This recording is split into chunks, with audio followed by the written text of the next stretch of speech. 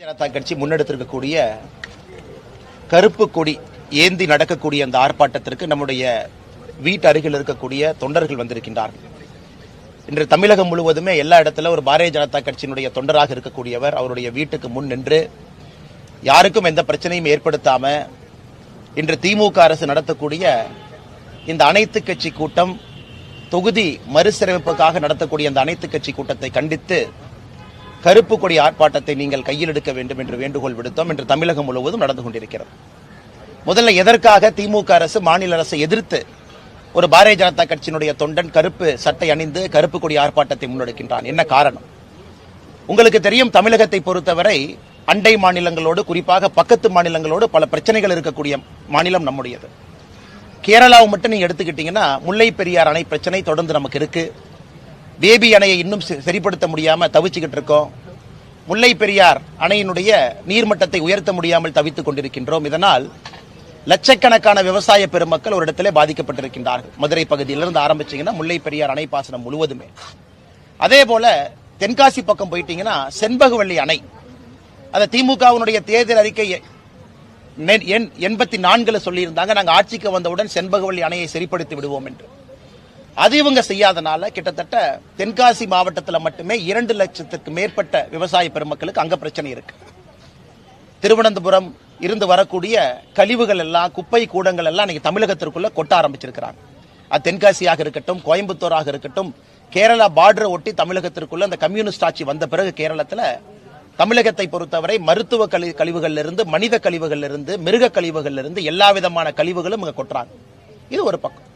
கர்நாடகாவை பொறுத்தவரை நீண்ட நாட்கள் பிரச்சனை இருக்கக்கூடியது காவேரி பிரச்சனை. குறிப்பாக இன்று மேகதாத்து அணையை கட்டியே தீருவேன் என்று கர்நாடகாவினுடைய துணை முதலமைச்சர் திரு DK சிவகுமார் அவர்கள் கிளம்பி இருக்கின்றார்கள். தமிழக அரசு இதுவரை மறுப்பு கூட சொல்லல. தமிழகத்தினுடைய முதலமைச்சர் இதுவரை எதிர்த்து கூட கேள்வி கேட்கல.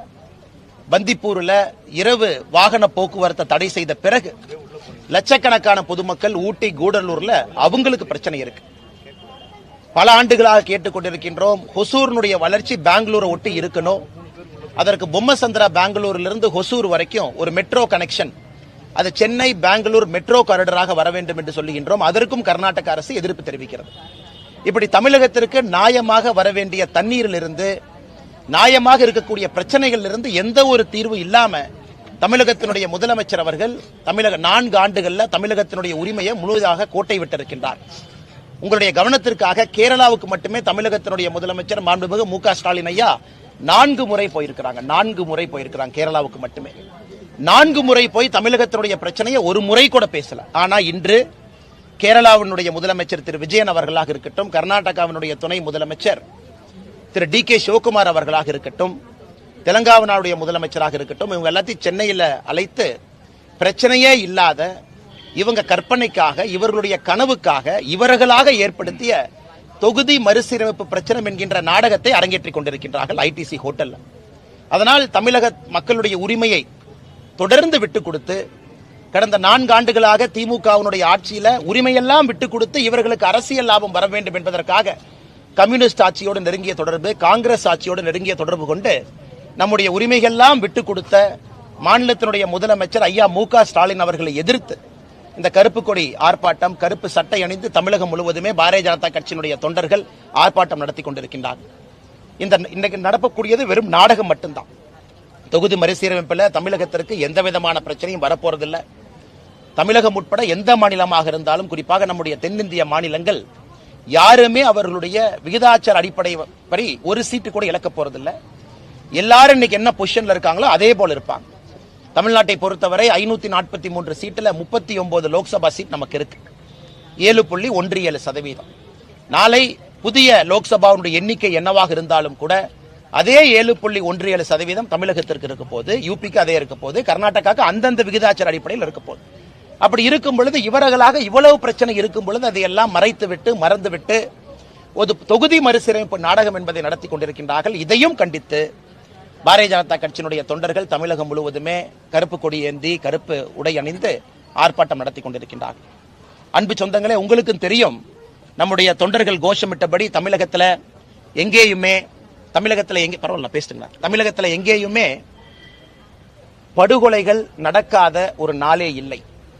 பாலியல் வன்முறைகள் நடக்காத ஒரு நகரமே இல்லை, ஊழல் இல்லாத எந்த ஒரு அரசு துறையுமே இல்லை என்கின்ற அடிப்படையில் இதை தினமும் பார்த்து கொண்டிருக்கின்றோம். இதற்கெல்லாம் முதலமைச்சர் பேசணும். இன்னைக்கு இன்னொரு விஷயத்தை நம்முடைய முதலமைச்சருக்கு சொல்லிக்கொள்ள விரும்புகின்றேன். தமிழகத்தில் அனைத்து கட்சிகள் நிறைய பேர் சொல்றாங்க, நாம் இங்க ஒரு காஸ்ட் சென்சஸ் எடுக்கணும், ஜாதி அடிப்படையில் எவ்வளவு மக்கள் இருக்கிறாங்க அப்படிங்கிற ஒரு கணக்கு எடுக்கணும், அதன் பிறகு நம்முடைய திட்டங்களை எல்லாம் கொண்டு சேர்ப்பதற்கு முயற்சி எடுக்கணும். இன்னைக்கு தெலங்கானாவுடைய முதலமைச்சர் வந்திருக்கிறாங்க. அந்த மாநிலத்தில் அவர் ஜாதி சென்சஸ் எடுத்திருக்கிறாரு. எடுத்த பிறகு ரிப்போர்ட்டை வெளியிட்டிருக்கிறார். ஆனா தமிழகத்தினுடைய முதலமைச்சர் என்ன சொல்லுவாருன்னா, நாங்க எடுப்பதற்கு அனுமதி இல்லை, மத்திய அரசு எடுக்கணும். அது எப்படி நியாயம்? அதனால் தமிழகத்தினுடைய முதலமைச்சருடைய பல பொய்கள் இன்னைக்கு வெட்ட வெளிச்சமாகுது. தெலங்கானாவிலிருந்து வந்திருக்கக்கூடிய முதலமைச்சர் அவருடைய மாநிலத்தில் ஜாதி சென்சஸ் எடுத்திருக்கிறார். ஆனா தமிழகத்தினுடைய முதலமைச்சர் எடுக்க முடியாது, மத்திய அரசு மேல பழிய போடுறாங்க. அதையும் தெலங்கானா முதலமைச்சர்கிட்ட கத்துக்குங்க. இதுல நீங்க தொகுதி மறுசீரமைப்பு பத்தி பேசுங்க, பேசாம போங்க. ஆனா தமிழர்களுடைய உரிமையாக இருக்கக்கூடிய முல்லை பெரியாறு, செண்பகவல்லி அணை, மருத்துவ கழிவு கொட்டுதல், இதெல்லாம் கேரளாட்ட பேசுங்க. Bommasandra Hosur corridor, Chennai metro Bengaluru corridor, குறிப்பாக பந்திப்பூர் இரவு நேரத்தில் செல்லக்கூடிய வாகன போக்குவரத்து பிரச்சனை, மேகதாத்து அணைக்கு எதிர்ப்பு சொல்லி அனுப்புங்க. இன்னைக்கு வந்திருக்கும் பொழுது எதிர்ப்பு சொல்லி, ஆளுகின்ற கட்சியாக மத்தியில் இருக்கக்கூடிய பாரதிய ஜனதா கட்சி நாங்க எதிர்க்கிறோம். மோடி ஐயா தமிழகத்தினுடைய அனுமதி இல்லாம மேகதாத்து அணை கட்ட முடியாதுன்னு சொல்லியாட்டு. அப்படி இருக்கும் பொழுது தமிழகத்தினுடைய முதலமைச்சர் வாயை திறந்து தமிழகத்தினுடைய எதிர்ப்பை பதிவு செய்வதற்கு என்ன பிரச்சனை? இதையெல்லாம் முதலமைச்சர் அவர்கள் என்று செய்ய வேண்டும் என்று இந்த நேரத்தில் நாங்கள் வேண்டுகோள் விடுக்கிறோம். அவர் அரசியல் டிராமாக்காக இந்த மீட்டிங் இருந்தாலும் கூட ஒரு டீ பஜ்ஜி பிஸ்கட் சாப்பிட்ட பிறகு தமிழகத்தினுடைய உரிமையும் நிலைநாட்டி அந்தந்த மாநிலத்தினுடைய முதலமைச்சர்கிட்ட பேசி அனுப்புங்கன்னு நாங்கள் சொல்ல விரும்புகிறோம். அதை தாண்டி வந்திருக்கக்கூடிய பத்திரிகை நண்பர்கள் இந்த கடுமையான வெயில் நின்று கொண்டிருக்கின்றீர்கள், உங்களுக்கு நன்றியை தெரிவித்துக் கொள்வதோடு கேள்விகள் இருந்தால் கேளுங்கன்னா பதில் சொல்றோம். இப்படி வர்றேங்கண்ணா. வணக்கம். ரெண்டு விஷயத்தை பிரதானமா முன்வைக்கிறீங்க. ஒன்னு கேரளாவில் இருக்கக்கூடிய அணை விவகாரம், அதே போல கர்நாடகாவில் இருக்கக்கூடிய அந்த நீர் பஞ்சத்து தொடர்பான விவகாரத்தை முன்வைக்கிறீங்க. இதை மத்திய அரசு செய்யறதே மத்திய அரசு தானே, அதை செய்யாம திரும்பி மாநில அரசுகிட்டே நம்ம அதை சொன்னா என்ன நியாயம்? ஆனா மத்திய அரசுக்கு இதுல எங்கேயுமே பொறுப்பு இல்லைங்கன்னா. மத்திய அரசை பொறுத்த வரைக்கும் 2018 காவிரி ட்ரிபியூனல் அமைத்த பிறகு சகோதரருக்கு தெரியும், மிக தெளிவாக பாராளுமன்றத்தில் நாம் சொல்லிவிட்டோம், மேகதாத்து அணை தமிழகம், புதுச்சேரி, கேரளா இந்த 3 மாநிலத்தினுடைய அனுமதி இல்லாம எங்கே நீர் உற்பத்தியாகி வருகிறதோ அந்த மாநிலம், குறிப்பாக கர்நாடகா மாநிலம், அங்கே அணை கட்டுவதற்கு அனுமதி இல்லை என்று சொல்லிய பிறகு டி.கே. சிவகுமார் அவருடைய பேச்சை இங்கே சுட்டிக்காட்ட விரும்புகின்றேன். யார் அனுமதி கொடுத்தாலும் கொடுக்காவிட்டாலும் தமிழகத்தினுடைய அனுமதி எப்பொழுதும் தேவையில்லை, அணை கட்டியே தீருவேன் அப்படின்னு டி.கே. சிவகுமார் சொன்னார். டி.கே. சிவகுமார் சொன்னார். மத்திய அரசு என்ன சொல்லுச்சு, நீ அணை கட்டணுமா எல்லா மாநிலத்தையும் கலந்து பேசு, அதுல யாராச்சும் ஒருத்தர் அப்செக்ட் பண்ணா கூட அணை கட்ட முடியாது என்று தெளிவாக சொன்ன பிறகு டி.கே. சிவகுமார் அவர்கள் இதை அரசியல் பிரச்சனையாக இதற்கு எடுத்த பிறகு நான் சொல்வது, தமிழகத்தினுடைய முதலமைச்சர் இதை எதிர்த்து ஒரு குரல் கொடுத்தாரா? இன்னைக்கு டி.கே. சிவகுமார் சித்தராமையா அவர்களை அழைப்பதற்காக பெங்களூருக்கு இங்கிருந்து மந்திரி அனுப்புறாங்க. போன மந்திரிகள் 39 எம்பிக்கள் இருக்கிறாங்க. யாராச்சும் போய் பெங்களூருக்கு போய் சித்தராமையா அவர்களை சந்திச்சு, சிவகுமார் அவர்களை சந்திச்சு தமிழகத்தினுடைய எதிர்ப்பை பதிவு செஞ்சாங்களா? எங்கேயுமே பதிவு செய்யல. எல்லா இடத்திலும் உரிமை விட்டு கொடுத்திருக்காங்க. கேரளாவை பொறுத்தவரை செண்பகவல்லி அணை, அது உங்களுக்கு தெரியும், 1953, 73 பல காலகட்டத்தில் பிரச்சனை வந்த பொழுது கர்மவீரர் காமராஜர் ஐயா முதல் பிரச்சனையை தீர்த்தாங்க. இரண்டாவது பிரச்சனை வந்த பொழுது புரட்சி தலைவர் டாக்டர் எம்ஜிஆர் ஐயா அவர்கள் தமிழகத்தினுடைய பணத்தை தூக்கி கேரளா கொடுத்தாங்க, ரிப்பேர் பண்ணிக்கணும். அதன் பிறகு கேரள அரசு என்ன சொன்னாங்க, நாங்கள் எந்த காரணத்துக்கும் விடமாட்டோம் என்று சொல்லிய பிறகு திமுக தன்னுடைய தேர்தல் வாக்குறுதியில 84வது பாயிண்ட் செண்பகவல்லி அணையை சரி பண்ணுவோம்னு சொல்லியிருக்கிறாங்க. அது சம்பந்தமா பேசினாங்களா? இப்ப சகோதரருக்கு தெரியும், ஒரு மாநிலத்தினுடைய முதலமைச்சர் இன்னொரு மாநிலத்துக்கு போனாங்கன்னா என்ன பேசினாங்கிற செய்தி குறிப்பு பத்திரிகை நண்பர்களுக்கு கொடுப்பாங்க. செண்பகவல்லி அணையை 4 முறை கேரளாவுக்கு சென்று பேசல. அதனால எங்களுடைய ஆதங்கம், நாங்கள் சொல்வது மத்திய அரசுடைய வாதமாவே வச்சுக்கோங்க. ஏன்னா ஆளும் கட்சியாக இருக்கக்கூடிய தமிழக பாரதிய ஜனதா கட்சி மத்தியில் நாங்க சொல்றோம், இது இல்ல எதிர்ப்பு தெரிவிச்சாச்சு. அப்படி இருக்கும் பொழுது திமுக வாயை திறந்து அவர்கள் எதிர்ப்பை பதிவு செய்வதற்கு கூட என்ன பிரச்சனை தான் நாங்க கேட்கிறோங்கன்னா, பந்திப்பூர்ல இரவு நேர போக்குவரத்து பிரச்சனை, இது 2 மாநில அரசும் உட்கார்ந்து ஒரு முறையாவது பேசலாமே. உச்சநீதிமன்றம் தீர்ப்பு இருக்கலாம், இருவரும் உட்கார்ந்து ஒரு முறை கூட பேசலையே. பொம்மசந்திரா டு ஹொசூர் அந்த 23 கிலோமீட்டர் மெட்ரோ லைனை போட்டீங்கன்னா ஹொசூருடைய வளர்ச்சி எப்படி இருக்குங்கன்னா, எப்படி இருக்கும்? அதுல பெங்களூர் என்ன சொல்றாங்க, இல்ல பெங்களூருக்கு வெளியிருந்து தான் கனெக்ஷன் கொடுப்பேன், நமக்கு Bengaluru central to Hosur connect பண்ணணும் நாம கேட்கிறோம். இது சம்பந்தமா ஒரு பேச்சுவார்த்தை நடத்துனீங்களா? காஸ்ட் ஷேரிங் பத்தி நடத்துனீங்களா? எதுவுமே பேசாம தினமும் அரசியல் மட்டும் பேசிக் கொண்டிருந்தால் மாநிலத்தினுடைய வளர்ச்சியை முழுமையாக நம்முடைய முதலமைச்சர் விட்டுக் கொடுத்து விட்டார் என்பதுதான் எங்களுடைய கோபம் மட்டுமல்ல, ஆதங்கம். விகிதாச்சார அடிப்படையில தொகுதி மறுசீரமைப்பு செய்யப்படும் சொல்றாங்க. ஆனா ஊபி, பீகார் மற்ற மாநிலத்துல விகிதாச்சார அடிப்படையை விட கூடுதலாக தொகுதி வருது. நம்ம விகிதாச்சார அடிப்படையில குறைவான தொகுதி வருது அவங்களுடைய பாயிண்ட் ஆகிறாங்க. இல்லைங்கண்ணா, இல்ல 1972 நீங்க ஃபாலோ இல்லைங்கண்ணா. இன்னைக்கு 1971 சென்சஸ் நடந்துச்சு கடைசியா, அதாவது இந்த தொகுதி மறுசீரமைப்பை பொறுத்தவரை 71 சென்சஸ் வச்சு நாம சுதந்திரத்தின் பொழுது இந்தியாவில் இருக்கக்கூடிய மொத்தமாக லோக்சபா எம்பி 469 முதல் தேர்தல் 1951-52 469 இருந்து 543 வரை நம்ம ஏத்தி இருக்கிறோம் 20 வருஷத்துல. எப்படினாங்கன்னா ஒரு 10 ஆண்டு கால சென்சஸ் வச்சு இப்ப 71 சென்சஸ் வச்சு 543. இன்னைக்கு நீங்க மறுபடியும் 1971 சென்சஸே நீங்க வச்சு கொண்டு போறீங்க அப்படின்னா கூட தமிழ்நாடு போன்ற மாநிலங்கள் நாம மக்கள் தொகை கட்டுப்பாட்டை எப்பவே அடைஞ்சிட்டோம். 2.1 ஃபெர்டிலிட்டி ரேட் அடைஞ்சிட்டோம்.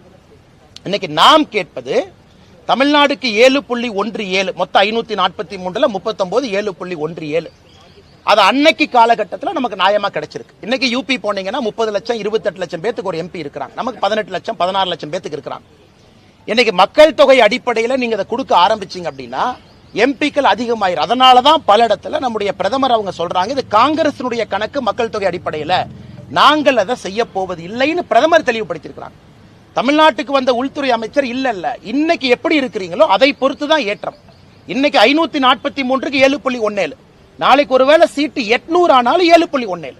இன்னைக்கு யூபிக்கு என்ன விகிதாச்சாரம் இருக்கோ அவர்களுக்கும் அதே விகிதாச்சாரம். அப்படி இருக்கும் பொழுது எந்த ஒரு மாநிலத்துக்கும் ஏற்றம் இல்லை, எந்த ஒரு மாநிலத்துக்கும் இறக்கம் இல்லை. எங்களை பொறுத்தவரை இது சரியானதாக இருக்கும் என்று நாங்கள் கருதுகின்றோம். விகிதாச்சார அடிப்படையை தவிர நீங்க எந்த ஆக்ஷன் எடுத்தாலும், நிலப்பரப்பு வச்சு போலாம், யூபிக்கு நிலப்பரப்பு பெருசு, இல்ல நம்ம மக்கள் தொகையை வச்சு போலாம், யூபிக்கு மக்கள் தொகை அதிகம். 1971 பாப்புலேஷனுக்கு பின்னாடி நீங்க கணக்கு பார்த்தாலும் சகோதரருடைய கேள்விக்கு யூபி இன்னும் அதிக மக்கள் தொகை தான் இருக்கிறாங்க. நீங்க 2 மக்கள் தொகையும் பேலன்ஸ் பண்ணா கூட.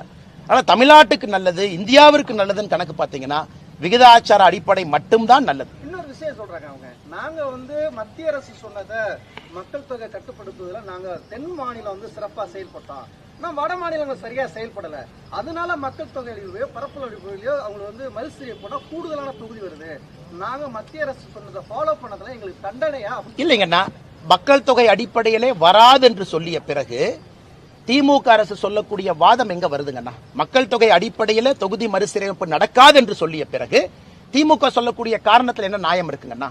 நாம் இன்னைக்கு 1971 மக்கள் தொகை அடிப்படையில் வைத்த 39 எம்பிக்களை பேசுறோம் 543.